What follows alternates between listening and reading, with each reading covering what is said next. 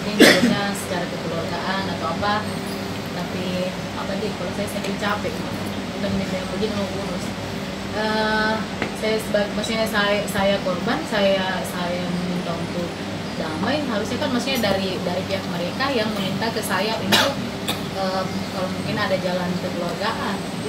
Jadi kalau saya pribadi tidak mau ada damai, jangan. Tapi saya sebenarnya di Grand Asia ya.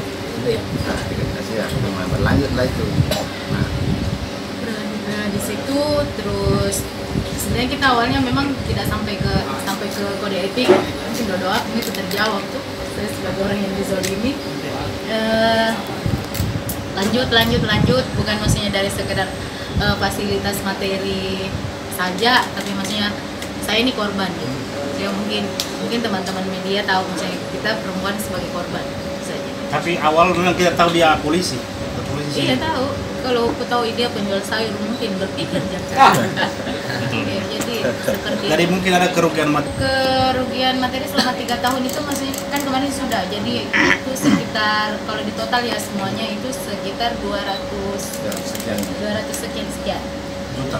ya rupiah. Ya jadi seperti itu. Kalaupun sampai maksudnya orang Mapolsek juga kemarin heran kenapa bisa maksudnya ini masuk ke kode etik ya. Padahal maksudnya pertama itu ada tambahan dari BAP dari Mapolsek, katanya cuma maksudnya ke disiplin. Coba kita menunggu kabar, ternyata tidak ada panggilan untuk sidang disiplin, tidak ada ini. Ternyata maksudnya kita dapat kabar dari Polda langsung. pelanggaran disiplin saja awalnya kita ininya Yes. bahwa ini ada pelanggaran disiplin. Nah, cuman hasil gelar perkara kemarin Propam Polda menganggap bahwa ini bukan cuma disiplin, tapi pelanggarannya ya konsekuensinya mungkin terberatnya itu ya lepas baju.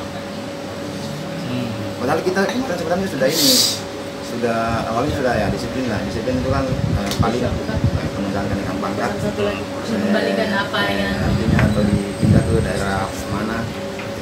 tapi maksudnya kerugian kan tetap ditebus ke saya kan? Tapi itu